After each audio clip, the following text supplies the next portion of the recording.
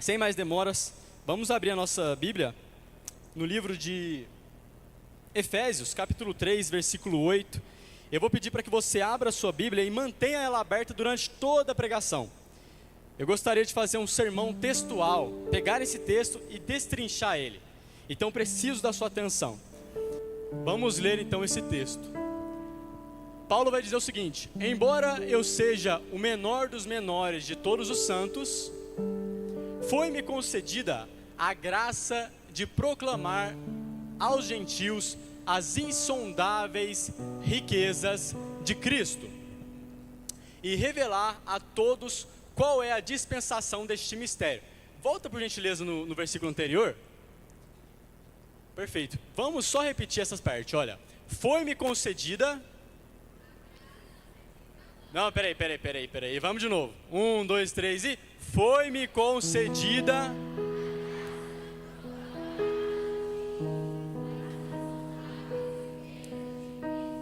Repete comigo. As insondáveis riquezas de Cristo. Mas agora com fé, com mais força. As insondáveis riquezas de Cristo Jesus.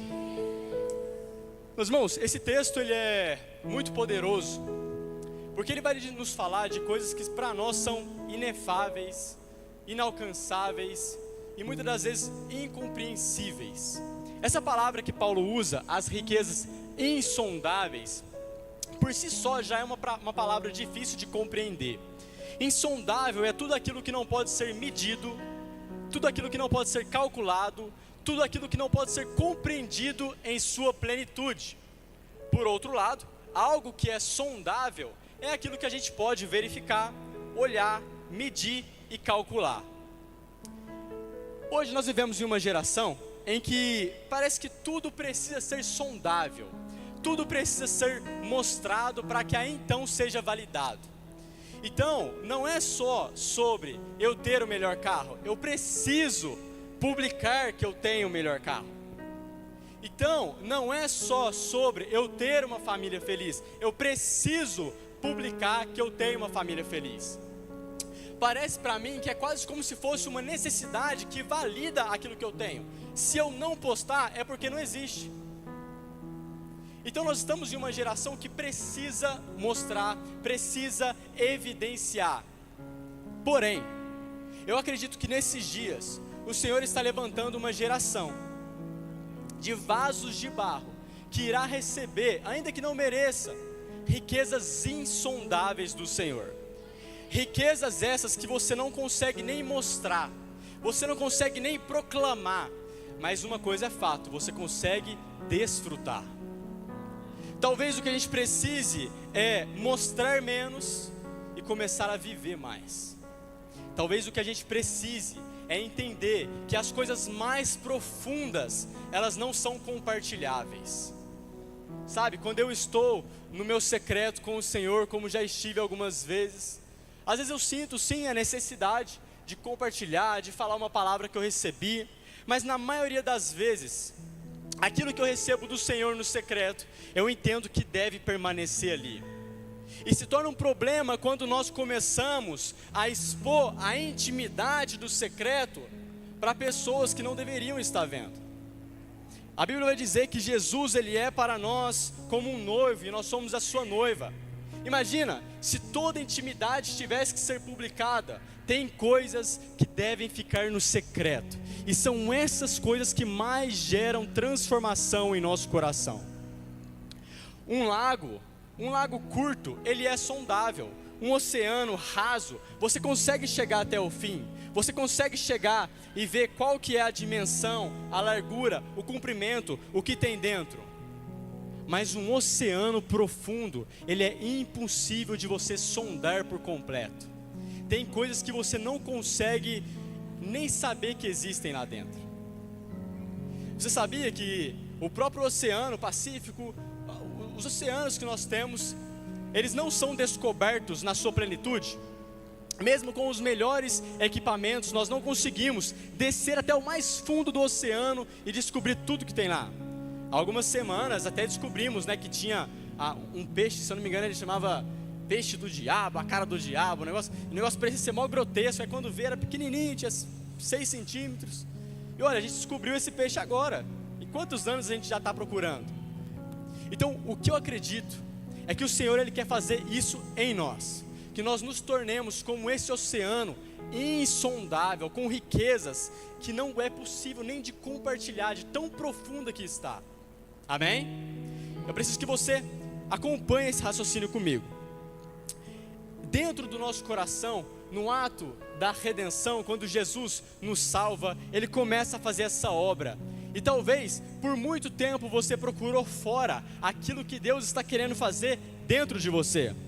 Agostinho de Hipona, ele foi um grande teólogo, um grande pastor, e quando ele se converte, depois de viver uma vida devassa, ele vai dizer a seguinte frase, presta atenção: eis que estava dentro, e eu fora te buscava, e me lançava disforme e nada belo, perante a beleza de tudo e de todos que criastes. Estava comigo, e eu não estava contigo. Seguravam-me longe de ti, e as coisas não existiriam, senão em ti. Ele percebeu, depois de converter, que por muito tempo ele procurava Deus fora, mas um dia ele entendeu que o que Deus queria fazer com ele, era de dentro para fora. Entenda esse ponto, de dentro para fora.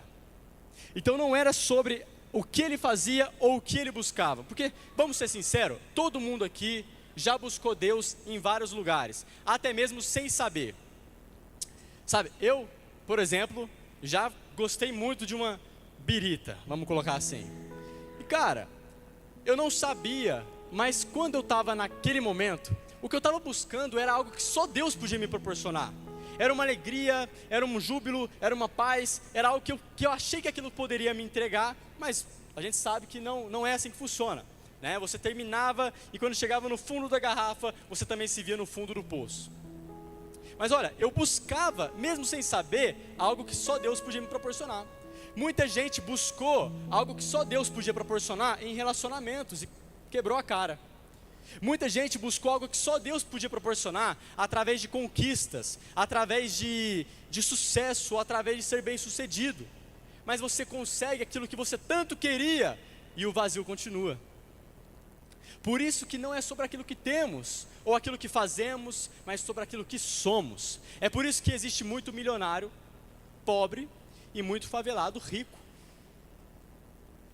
Aquela pessoa que ela é tão rica, mas ela não consegue ser feliz.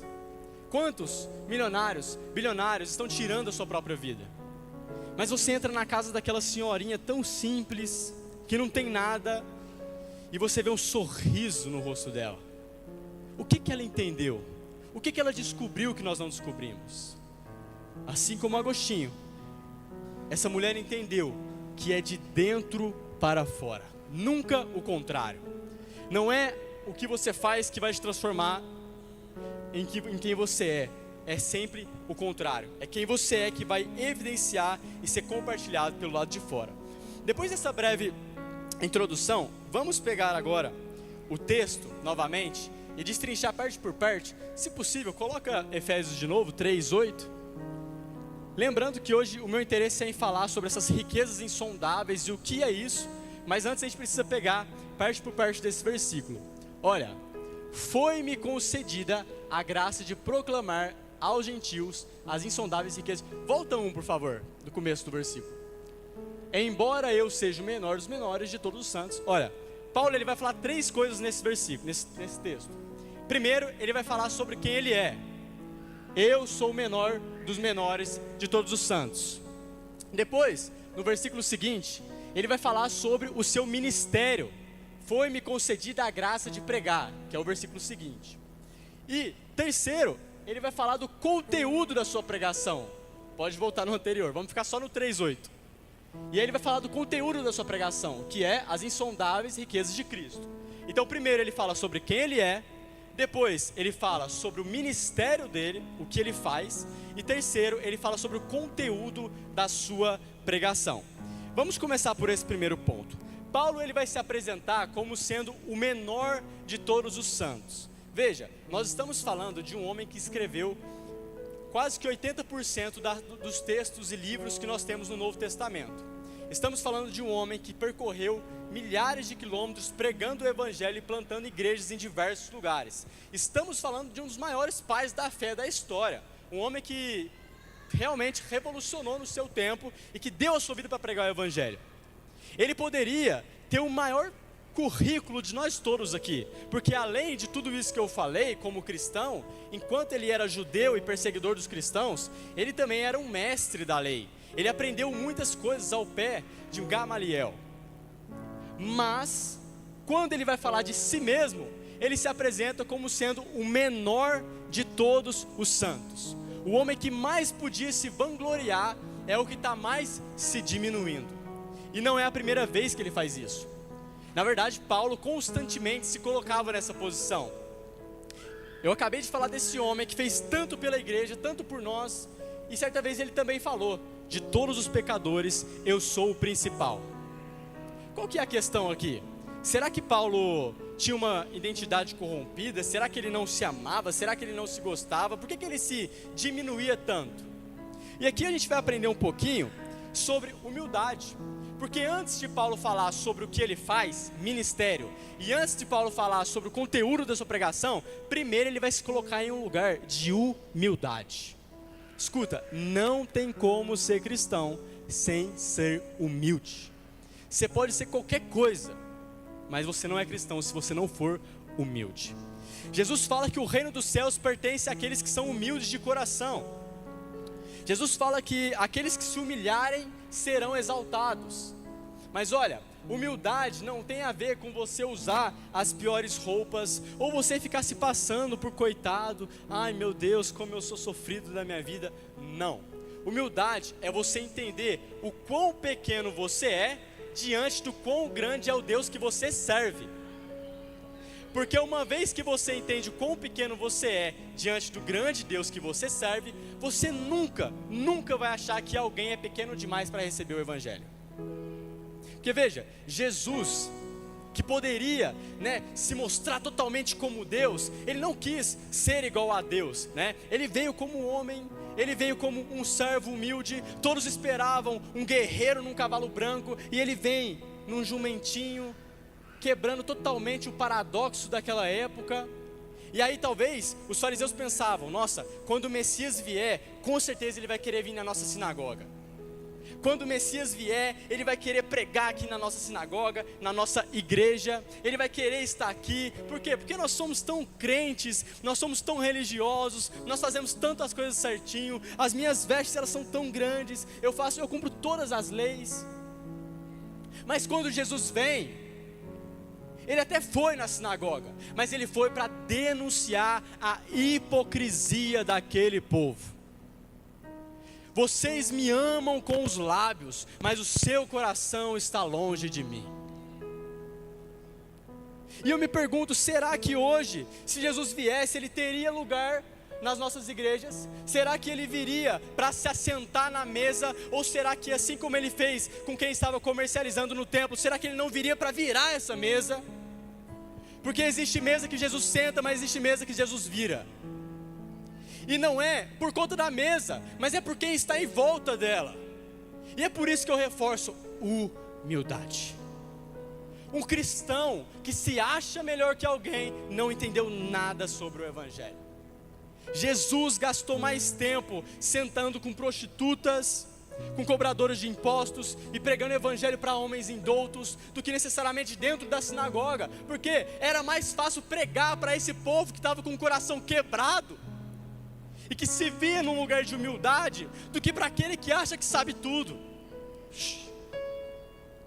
É mais fácil você acessar o coração de alguém que fala: eu estou despedaçado, eu não tenho nada para oferecer, do que aquele que já acha que já descobriu a Bíblia 2.0. Aquele que acha que é a quarta pessoa da Trindade. Por isso eu preciso, e nós precisamos que o Senhor nos batize com uma consciência e uma humildade. A capacidade de se humilhar diante do grandioso Deus. E isso não vai te diminuir, mas calma aí. Talvez você pense também, não, mas que escândalo, como é que eu vou me humilhar? Que coisa é essa? Não, eu preciso me exaltar, eu preciso seguir minha própria verdade, eu preciso ser o protagonista da minha própria vida. Mas gente, nós somos tão maus, tão falhos em essência. Qual que é a nossa verdade? Quantas vezes você tentou viver a sua verdade? Quantas vezes eu tentei viver a minha verdade? Que verdade é essa que eu sei? Eu não sei de nada. Eu já tentei, mas eu não sei. Eu batia na porta, eu chegava, mas alguma coisa dava errado. Humildade é a capacidade de se humilhar. Aí eu gosto dessa frase do C.S. Lewis, que fala o seguinte: humildade não é pensar menos de si, e sim pensar menos em si. O evangelho ele parte desse pressuposto de alguém que sempre está se colocando no lugar do outro, de alguém que, independente da circunstância, não está pensando nele mesmo, e sim no próximo. É desafiador demais, e é um exercício diário que nós precisamos. Por isso que precisamos pregar o evangelho para nós mesmos todos os dias, porque a tentação de me ensoberbecer, de querer ser algo que eu não sou, ela é constante em nossas vidas. Nós queremos sim parecer o protagonista da história, e sim parecer os super-heróis, mas esse tesouro precioso que o Senhor quer entregar, Ele só vai entregar em vasos de barro. Olha, eu gosto desse versículo. Deixa eu voltar aqui. Eu gosto desse versículo de Paulo, sobre essa questão de entregar o tesouro em vasos de barro, porque ele fala o seguinte, aqui em 2 Coríntios 4:7, nós temos esse tesouro em vasos de barro, para mostrar que o poder vem de Deus, e não de nós. Então esse exercício de se humilhar diante de Deus, de ser alguém humilde diante de Deus, é para que o poder de Deus se evidencie através da nossa vida, para que quando alguém te vê pregando, trabalhando, fazendo o que for, ele fala: caramba, é a mão de Deus que está com essa pessoa, porque eu conheci essa pessoa antes, ela não tinha essa capacidade. Eu conheci essa pessoa antes, talvez ele nunca nem tinha aberto um livro para ler, mas olha agora o tanto que está lendo, olha agora o tanto que está falando, o tanto que está sabendo. Deus escolheu esconder essas coisas dos sábios e revelar aos pequeninos. Amém? Então nós precisamos nos colocar nessa posição. Para quê? Para receber mais dessas riquezas insondáveis. Porque vaso orgulhoso ele quebra. Amém? Mas aquele vaso humilde, ele enche. Alguém quer ser cheio aqui hoje? Então o primeiro ponto é esse, ele fala de quem ele é. E antes de falar de quem ele é, se colocando nessa posição de humildade, eu só quero falar mais uma coisa para fechar essa parte. Eu acabei de lembrar aqui, não posso deixar de falar. Jesus ele fala que aquele que quer ser o maior precisa se tornar o menor. Ele não fala que aquele que quer ser o maior tem que se tornar o pequeno. Por quê? Pequeno eu posso ser sozinho, porque não tem parâmetro de comparação. Agora, menor é só se eu for comparado a outros. Então, quando Jesus ele estava prestes a entregar a sua vida, antes de fato ele ir para o madeiro, ele vai fazer a ceia, e Jesus, que é Deus, vai se ajoelhar diante dos discípulos e começar a lavar os seus pés. Olha Jesus se colocando na posição de humilde servo. E ele vai se colocar nessa posição, e ele está fazendo o quê? Ele está se diminuindo, e ele está ficando menor diante dos seus irmãos. E olha, quanto menor você está, mais perto você está dos pés dos irmãos. Ou seja, mais perto você está do serviço. Amém? E quando nós entendermos que igreja não é algo que eu consumo, mas é algo que eu edifico, a gente vai começar a fazer parte disso. E eu não quero ser só servido, eu quero fazer parte, eu quero servir também como servo humilde. Amém? E o segundo ponto que Paulo vai falar é sobre o seu ministério. E ele diz, lá naquele versículo: me foi dada a graça de pregar. Primeira coisa, gente, ministério é graça, é um dom de graça, né? Eu sei que você tem aptidões, você tem vocações, assim como eu tenho. E tudo isso é graça de Deus, para que não nos vangloriemos. É importante fazer a distinção entre chamado e vocação. Às vezes você diz: meu chamado é pregar, cantar, dançar. Não, o chamado de todo e qualquer ser humano é ser discípulo de Jesus e conhecê-lo, amém? Agora, a sua vocação, aí sim, talvez você seja vocacionado para pregar, cantar, fazer qualquer outra coisa que não seja também dentro das quatro paredes, amém? Então, fazendo essa diferenciação entre chamado e vocação, precisamos entender que isso que o Senhor nos entrega quanto ministério é graça de Deus. O chamado de Paulo foi uma graça imerecida. Por quê? Estamos falando de um homem que antes de começar a pregar e anunciar o evangelho, ele perseguia cristãos, né? Ele estava diante de Estevão. Quando Estevão foi apedrejado até a morte, Saulo estava lá, estava olhando, estava consentindo com aquilo, né? Ele ia com cartas prender cristãos. Então estamos falando de um homem com um caráter totalmente duvidoso antes da sua conversão, mas que após ela começa a ser usado de forma preciosa, assim como eu e como você, amém? Por isso, não nos esquecendo daquilo que passou, né? Da onde Deus nos tirou, nós caminhamos para o alvo daquilo que Ele quer nos levar, do lugar que Ele quer nos levar, que é maior daquilo que é que nós pedimos ou podemos pensar. E o terceiro ponto, que é onde a gente vai se alongar de verdade aqui, é o que Paulo diz acerca da sua pregação. Então ele falou sobre quem ele é, o menor de todos os santos. Ele falou sobre o seu chamado de pregar, né? De anunciar, sua vocação, né? E agora ele vai falar do conteúdo.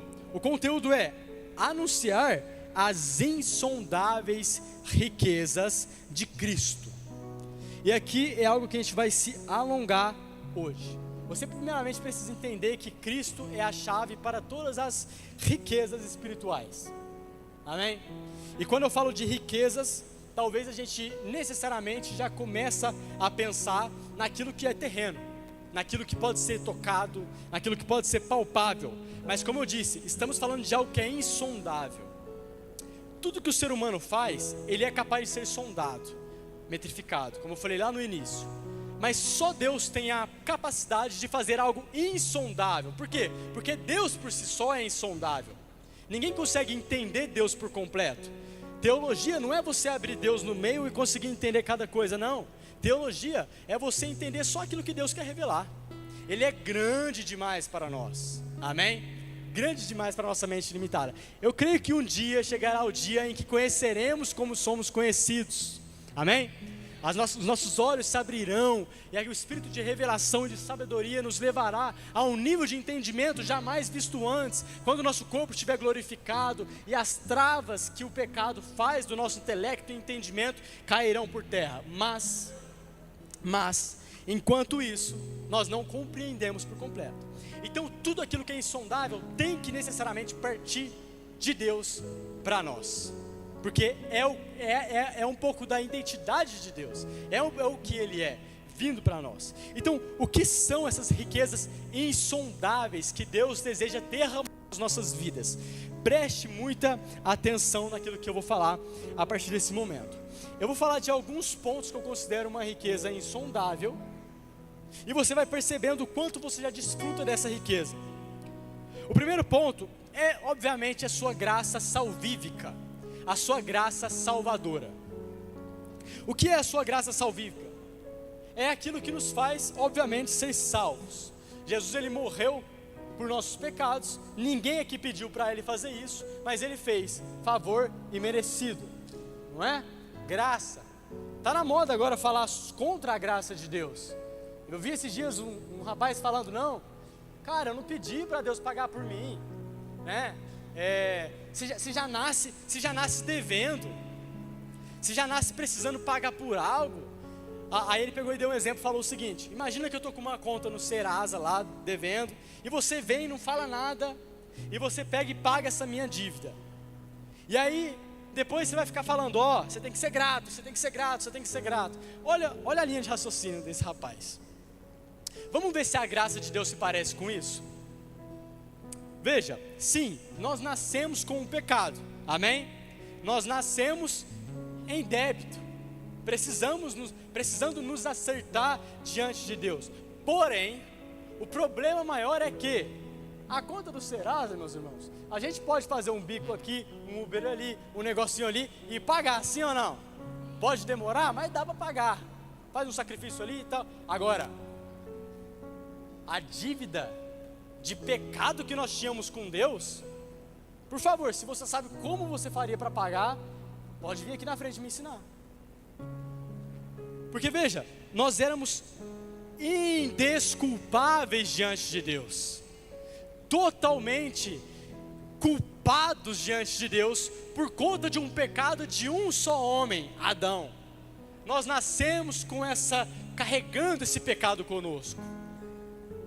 E talvez você fale, olha, injusto, por conta de um pecado de um só homem, eu tenho que ter esse débito. Mas aí a boa notícia é justamente o contrário. Por conta do sacrifício de um só homem, nós temos redenção. Amém? E aí, qual que é a parada? Não, eu não preciso pagar por esse pecado. E não é o que eu vou fazer que vai pagar por esse pecado. Não é quantos cultos eu vou que vai fazer pagar essa dívida que eu tenho com Deus. Não é quanto que eu leio de Bíblia que faz eu pagar esse pecado com Deus. Não, é puro e simplesmente o sacrifício na cruz de Jesus Cristo, amém? Então a gente nasce com pecado, mas a gente nasce com a oportunidade do perdão e redenção. Graças a Deus, puro e exclusivamente por Deus. O que nós precisamos fazer? Crer nesse sacrifício e falar, obrigado Jesus, acabou. Ah, mas eu vou pregar, eu vou cantar. Cara, tudo isso é consequência de alguém que foi salvo. Tudo isso é consequência, sabe? Vou pegar um exemplo, lá nos Estados Unidos, quando você contrata uma pessoa, né? Lá tem uma cultura um pouquinho diferente. Primeiro você paga o salário, depois ela começa a trabalhar. Aqui no Brasil, bem que poderia ser assim, né? Que no Brasil você está 4 meses desempregado, aí você consegue um emprego, só que você tem que esperar mais um mês para receber, misericórdia. Mas aqui no Brasil você é contratado, você tem que trabalhar para então você receber. Lá não, você contratou, fechou o contrato, você recebe o salário e agora você vai trabalhar. Não para ganhar o salário, mas porque você ganhou. Essa é a graça de Deus. Nós não fazemos para ser salvos. Ele já pagou. Nós já recebemos da parte dele. E agora, nós fazemos todas as coisas que são pertinentes a discípulos fazerem, nos reunir, nos congregar, anunciar as boas novas, comungar, como consequência desse coração que já foi salvo. Essa verdade, ela nos liberta do legalismo, da ideia de que, nossa, eu preciso seguir à risca todas as coisas. Aí a gente vai entrar num outro ponto depois para quebrar também a parte da libertinagem. Mas, primeiro ponto, quebra o legalismo. Você precisa andar em paz com Deus, meus irmãos.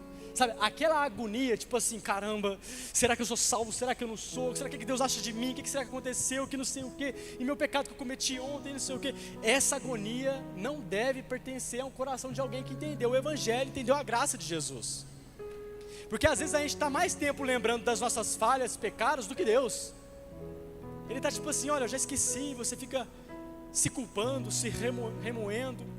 E aí, essa é a oportunidade que o inimigo acha para colocar essas setas inflamadas na sua cabeça. Ei, olha o que você fez, cara, para de orar. Não, você não é digno, para de ler a Bíblia. Não, olha o que você fez, olha o que você está fazendo e tudo mais. E fica aquele peso, mas esse peso não é proveniente do nosso Deus. Pode ter certeza, porque da parte de Deus nós temos paz com Ele. Quando Ele olha, fazer uma ilustração, quando Ele olha aqui para baixo, Ele não está vendo a Aninha com os pecados dela, não, Ele está vendo o sangue de Jesus sobre ela. É como se tivesse um carimbo aqui, ó, aqui está pago, pronto. Amém? Agora vamos ir um pouco mais profundo. Além dessa riqueza insondável, que é a graça, algo que não podemos calcular, o segundo ponto é o perdão dos pecados. E aqui que entra o ponto. E nós temos a remissão dos nossos pecados, temos o perdão em Cristo Jesus, mas como diz Dietrich Bonhoeffer, o perdão de Deus em Cristo não é uma permissão para pecar, mas o poder de Deus para viver uma nova maneira. Então veja, se com a graça eu entendo que as minhas obras não me aproximam de Deus, a única coisa que faz isso é o sacrifício de Cristo, por isso eu posso viver uma vida leve, por isso eu posso viver uma vida tranquila. Gente, aquele cristão oprimido não existe, não existe. Mas, ao mesmo tempo, com o perdão de Deus eu também entendo. Ok, fui perdoado. Deus, Ele é tardio em irar, rico em misericórdia, Ele esquece dos meus pecados, mas isso não significa que eu vou continuar pecando ou vou aumentar os meus pecados para que eu seja mais perdoado. Não. A santidade, a verdadeira santidade, não é você nunca se sujar, mas é você continuamente se limpar. É você continuamente se colocar diante da presença de Deus e falar: Deus, mais uma vez estou aqui, me muda de novo, me transforma de novo. Então veja, é impossível você impedir que pássaros sobrevoem sobre a sua cabeça, mas é possível você impedir que esses pássaros façam um ninho na sua cabeça. Será que alguém entendeu? Às vezes aqueles pensamentos maus, aquelas tentações, você não vai conseguir. Você pode parar de orar, falando: Deus, me livra de tentação, sabe? Ele vai diminuir a força das tentações? Vai. Só que nós vamos sempre ser tentados aqui na terra. A questão é, eu preciso de forças para vencer essas tentações. Eu preciso de força para que as tentações, elas não façam um ninho na minha cabeça, que elas não encontrem lugar em mim, que quando ela vier, eu consiga me manter firme e santo diante de Deus. Amém? Porque o próprio Jesus foi tentado. Tentação em si não é pecado. Você pensar algumas coisas em si não é pecado. Pensamentos ruins, pensamentos maus. A questão é quando isso faz ninho na sua cabeça, quando isso encontra lugar no seu coração e tira a sua paz. Nada, nem a morte, nem a vida, nem domínios, nem poderes, principados, potestades, nada pode nos afastar do amor de Deus. Se essa verdade for real no seu coração, você vai viver uma vida leve. Leve, leve. Ah, mas a cruz é pesada. Amigo, a cruz mais pesada foi a que Cristo carregou. A cruz que Ele manda a gente carregar, Ele ainda nos ajuda. Ele fala: tomai o meu jugo, que é suave, lançai sobre mim o seu fardo. Sabe, jugo é como se fosse, antigamente tinha, né, a matilha não, um grupo de bois ali que eles estavam andando, eles ficavam com um jugo aqui, né, todos os bois ficavam andando debaixo, como se fosse uma espécie de madeira aqui, e eles carregavam o peso juntos, aqueles bois. Então quando Jesus fala assim: olha, tomai o meu jugo, Ele está basicamente dizendo o seguinte: olha, eu vou te ajudar a carregar o fardo. Só que Jesus, Ele é muito maior que nós. Então imagina que, vou pegar a minha filhinha. Cadê minha filhinha? Está lá? Está fazendo arte? Está se comportando? Está chorando? Não. Zozô, papai vai aí te encher de beijo, que esse cara não consegue, né? Mas aí, imagina o seguinte: eu chamo a Zoe e eu falo assim: Zoe, eu vou carregar o seu jugo com você. Só que ela é petitinha e eu sou grandão. E aí se colocar o jugo, cara, ela vai só fingir que está carregando. Quem está carregando o maior peso sou eu. É isso que Jesus quer fazer com você. Quando Ele fala: tomai o meu jugo, Ele carrega o maior peso. Ele carregou o maior peso. O peso, sabe qual é o maior peso que Jesus carregou? O peso de estar separado do Pai. Porque quando Jesus estava naquela cruz, foi a primeira vez desde a eternidade, todos os tempos, em que Ele se viu longe do Pai. Porque quando Jesus estava na cruz, todo o pecado da humanidade estava sobre Ele. O meu, o seu, meu pecado de amanhã, o seu pecado. E o pecado por si só, ele faz separação do homem e Deus. Quando Cristo está na cruz e todo o pecado da humanidade está sobre Ele, é a primeira vez que Ele se vê separado do Pai. Imagina, Jesus, que é Deus, junto com Deus Pai, junto com o Espírito Santo, desde sempre na eternidade, naquela dança, naquele relacionamento, naquela comunhão, pela primeira vez Jesus se vê longe disso. E aí Ele fala: Pai, por que me abandonastes? Essa foi a maior dor que Jesus carregou. Maior do que a própria crucificação, do que os próprios açoites, do que a coroa de espinho. Essa foi a maior dor. E posso te falar, eu oro para que nós nunca experimentemos essa dor. A dor de estar longe do Pai. Porque todos os caminhos levam a Deus. Vou ser um pouco polêmico aqui. Todos os caminhos levam a Deus, mas só um caminho leva ao Pai. Independente da sua religião, independente do que você creu, se é ateu, se é agnóstico, se é isso, se é aquilo, todos estarão diante de Deus. Mas alguns verão um juiz e outros verão um pai. Jesus diz: ninguém vai ao Pai senão por mim. Eu sou o caminho, eu sou a verdade e eu sou a vida. A porta está aberta. Olha, o caminho é estreito, mas a porta está aberta, a porta é acessível. E o caminho estreito, ele te ajuda a percorrer. Muitos são chamados, poucos escolhidos. Não escolhidos porque Deus escolhe a dele e fala assim: ah, esse entra, esse sai, esse entra, esse sai. Não, é porque muitos começam, se empolgam, conhecem Jesus talvez de uma maneira nominal, pelo hype, mas daqui a pouco, quando o caminho começa a ficar um pouquinho mais estreito, desiste. Eu oro verdadeiramente para que o meu e o seu coração esteja firme nesse dia. No dia da tentação, possamos permanecer firme no caminho. Amém? Então nós falamos até agora de duas riquezas insondáveis: graça e perdão. A terceira é a vida eterna. Isso também é insondável para nós. É algo que a gente não consegue compreender. Não consegue compreender porque o próprio conceito de eternidade para nós é estranho.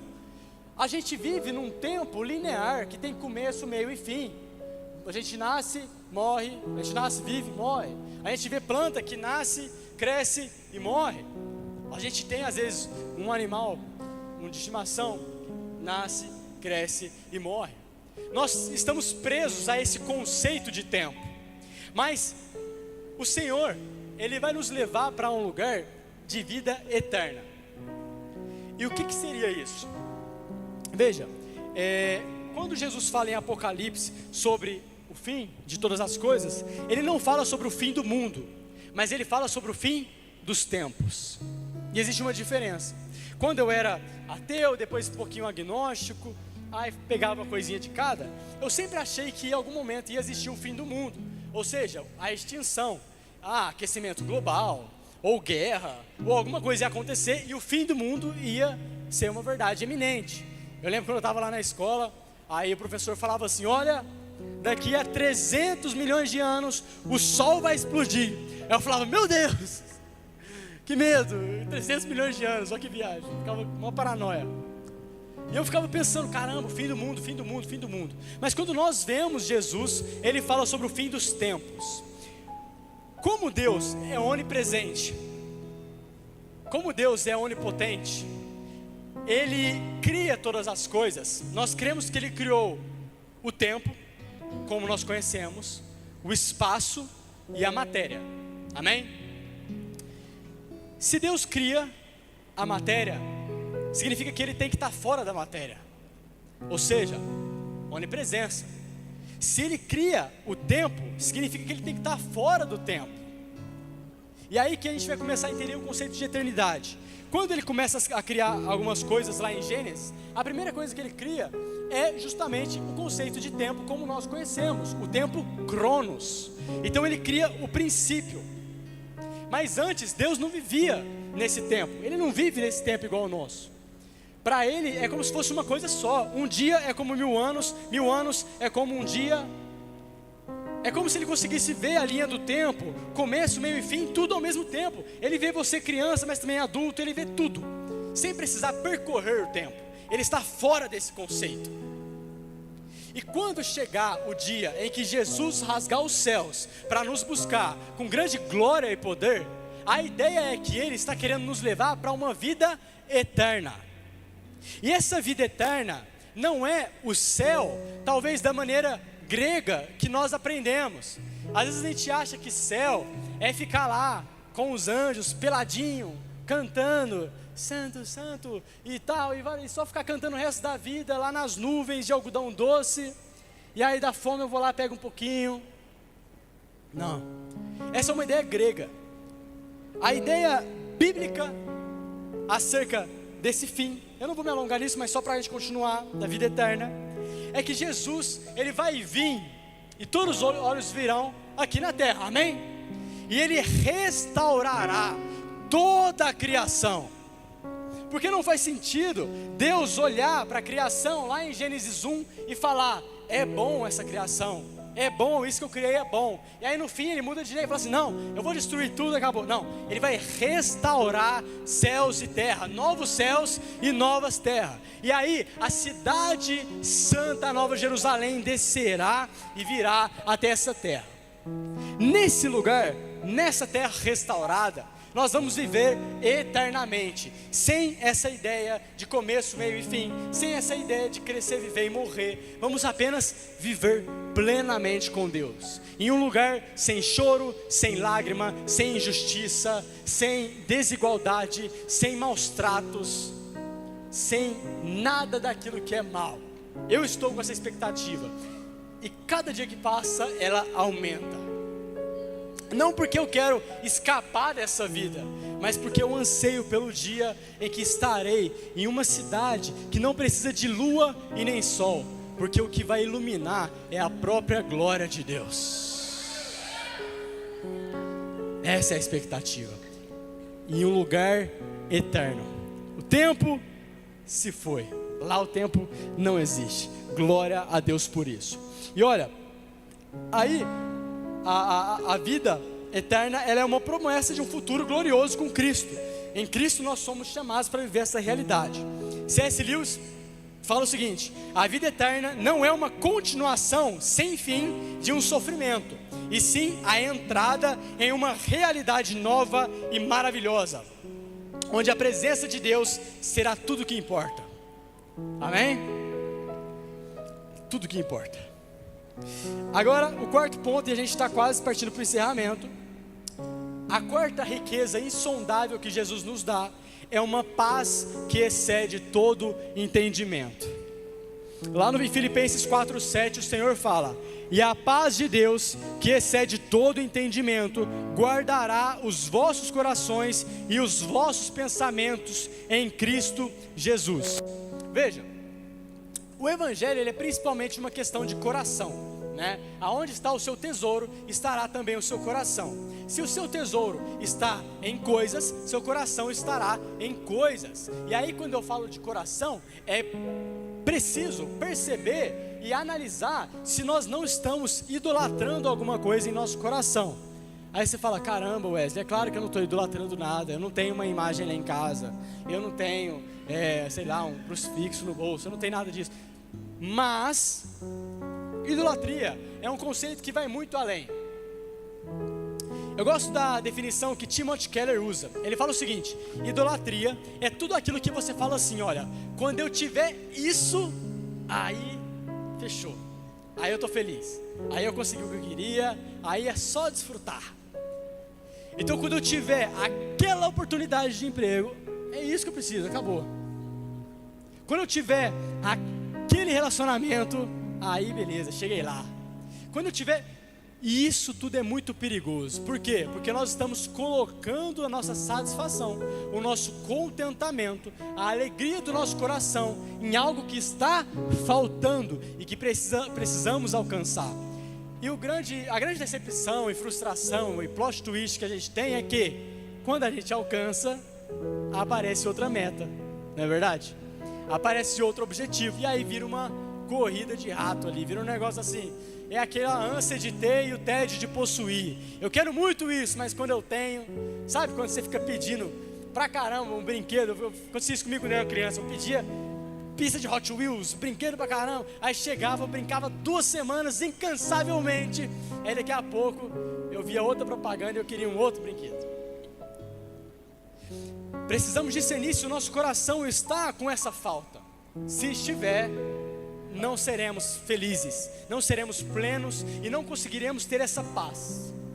Agora, se o nosso coração já encontrou um tesouro precioso, que é Cristo Jesus habitando em nós, e isso por si só nos traz um contentamento e uma satisfação, eu continuo tendo metas, eu continuo tendo objetivos, mas tudo isso é só agregador, e tudo isso é só consequência, é só um adicional, é só um bônus. E eu consigo desfrutar até melhor dessas coisas que eu venho a receber depois. Porque aquilo ali não é meu Senhor, aquilo ali não manda em mim, eu não dependo daquilo para ser feliz. Se eu tiver, amém, se eu não tiver, amém. Por quê? Porque eu já estou completo. Amém? Oh, ficou muito bom, cara. As riquezas insondáveis de Cristo. Parabéns, designer. Então, quando eu tenho essa satisfação plena em Cristo, acabou. Amém? E aí, essa paz que excede todo entendimento, eu gosto muito dessa frase. Por quê? Deus, Ele não quer dar apenas paz nos nossos corações. Ele quer dar uma paz que não faça sentido para o nosso intelecto, ou para o intelecto das pessoas que estão à nossa volta. Imagina, aquela pessoa, cara, talvez ela, sei lá, perdeu o emprego, ou às vezes acabou um relacionamento, ela está mal e tal, só que ela sabe quem ela é em Deus, ela sabe o que Deus fez por ela e ela se satisfaz com isso. Às vezes quem vem de fora fala assim: nossa, fulano está destruído, fulano está acabado, fulano perdeu tudo. E aí quando vê, cara, é talvez um dos momentos que você está mais em paz, que você está mais descansando, que você está mais desfrutando, e isso não está fazendo sentido, e não é para fazer. Essa é a paz de Deus, uma paz que não faz sentido para o nosso pensamento. Está tudo dando errado, mas eu estou em paz.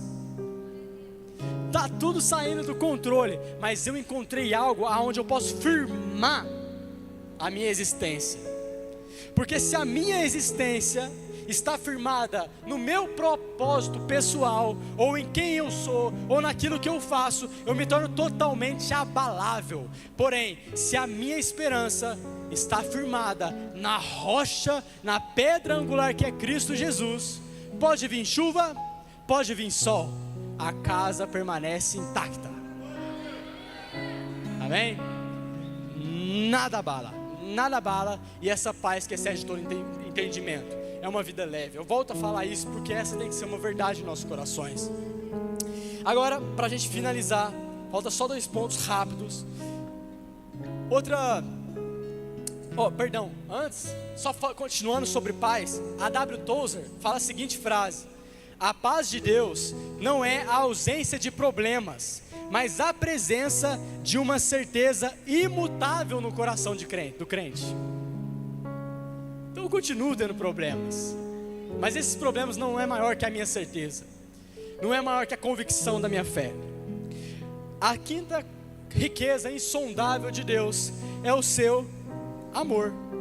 E aí eu volto a reforçar o versículo: estou certo de que nem a morte, repete comigo, nem a morte, nem a vida, nem os anjos, nem os principados, nem as potestades, nem o presente, nem o futuro, agora com força, poderá nos separar do amor de Deus. Acabou.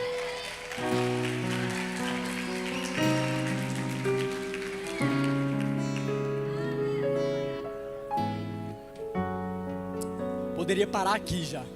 Poderia parar aqui. Se essa for uma verdade no nosso coração, meus irmãos, até um negócio arrepia. Tim Keller fala uma frase: o amor de Deus em Cristo não é dado com base em nosso mérito, mas unicamente em sua natureza imutável. Veja, é natureza de Deus amar. Deus é amor. Se Deus é amor, pressupõe-se necessariamente a necessidade de que Ele tenha um objeto desse amor. Ele precisa de um objeto desse amor. Eu estava conversando com o Leandro antes de vir, a gente falava um pouquinho sobre por que Deus criou todas as coisas. Será que Ele estava com tédio? Será que Ele queria fazer um teste? Será que era uma simulação? O que Ele queria criando todas as coisas? Aí eu começo a refletir sobre isso e penso o seguinte: várias vezes Jesus ele vai fazer um paralelo entre Ele mesmo e nós, como se fosse um casamento, não é verdade? O noivo e a noiva. E me parece que Deus, Ele ama relacionamento, não é verdade? Deus, ele ama relacionamento, ele une propósitos, né? Ele une pessoas, e por si só, nós somos seres relacionais. Se nós somos seres relacionais, é porque Deus primeiro é relacional. Desde antes da fundação do mundo, Deus está se relacionando com o Filho está se relacionando com o Espírito está se relacionando com o Pai, e assim, nessa dança da Trindade, eles estão sempre em comunhão, amando e sendo amados. É um relacionamento. E veja, nós temos essa necessidade de nos relacionar dentro de nós. Eu consigo até ver aqui alguns casais, olha aí. Mas mesmo que não seja de forma de casamento ou de forma amorosa em termos românticos, todos nós temos necessidade de se relacionar. Nenhum ser humano é uma ilha. Todo mundo quer fazer parte de uma tribo. Às vezes, para o camarada é a torcida organizada. Às vezes, para outra é o fã-clube do BTS. Às vezes, para o outro é a galera que ele se reúne para jogar CSGO. Todo mundo precisa estar online ou presencial entre pessoas. Essa é uma necessidade que nós temos. Qual que é a maior evidência de que alguém está deprimido, depressivo e mal? Isolamento. Por quê? Porque nós estamos indo de forma totalmente contrária para aquilo que nós somos criados, que é o relacionamento, amém? Então nós somos seres relacionais, porque Deus é um ser relacional. E aí eu vou chegar aqui agora no motivo de por que Deus criou todas as coisas. Ele não criou todas as coisas porque Ele estava com tédio. Ele não criou nós porque Ele estava fazendo um teste, e nem porque era simulação. Isso tudo que foi criado, todos nós, é simplesmente o fruto do transbordar do amor do Pai pelo Filho e pelo Espírito. Esse relacionamento entre os três gera um fruto, um transbordar. Por exemplo, eu sou muito apaixonado pela minha esposa. Vou até falar mais alto para ela ouvir. Eu sou muito apaixonado pela minha esposa. Eu te amo, Débora Goulart. Vai mais alto para ela ouvir. Tá lá, te amo. E eu amo tanto ela, e ela me ama tanto, e a gente se relaciona, e a gente está nesse amor, e a gente vive isso todos os dias, como se fosse esse jardim fechado. E qual que é o fruto do nosso amor? Nossa filha. O nosso amor transbordou tanto que gerou um fruto. O amor do Pai pelo Filho, pelo Espírito transbordou tanto que gerou nós. Somos os seus filhos. Amém? Você pode até querer ficar como órfão, como aquela criança perdida no shopping que não sabe para onde vai, nem para onde está indo. Mas se você reconhecer que você tem um pai, você vai ficar seguro, amém? Então, o motivo de Deus criar todas as coisas é: Ele é amor, Ele amou, a Trindade amou, isso transbordou, isso gerou um fruto, e agora nós somos alvos do amor de Deus. Éramos alvos da ira de Deus, mas pelo sacrifício de Jesus somos alvos do amor de Deus, amém? Essa também é uma riqueza insondável que Deus quer implantar nos nossos corações como uma certeza. Agora, para essa última verdade, para essa última riqueza insondável, eu vou precisar que você se coloque de pé. Posso até convidar o grupo de louvor, porque agora o negócio vai pegar fogo. Eu não vim daí.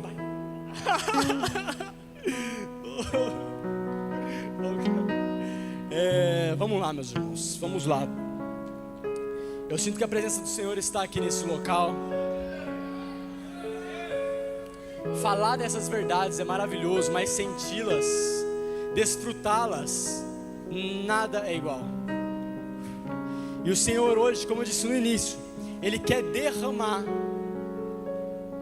esse tesouro insondável em vasos de barro nessa noite.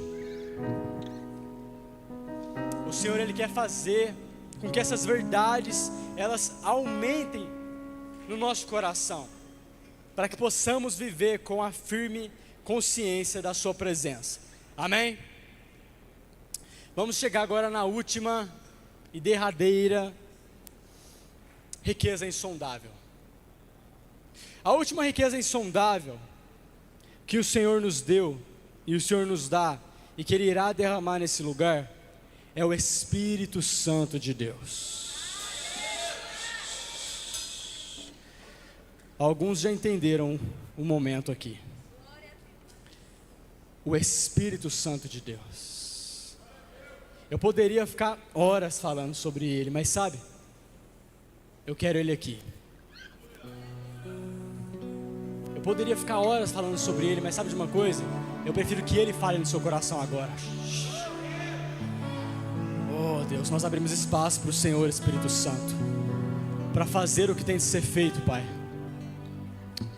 para trazer convicção de pecado e necessidade de arrependimento aos corações, para trazer uma firme certeza e expectativa em Ti. O Espírito do Senhor, Ele é insondável. Uau! Ele é infinito. Mas Ele escolheu habitar em nossos corações.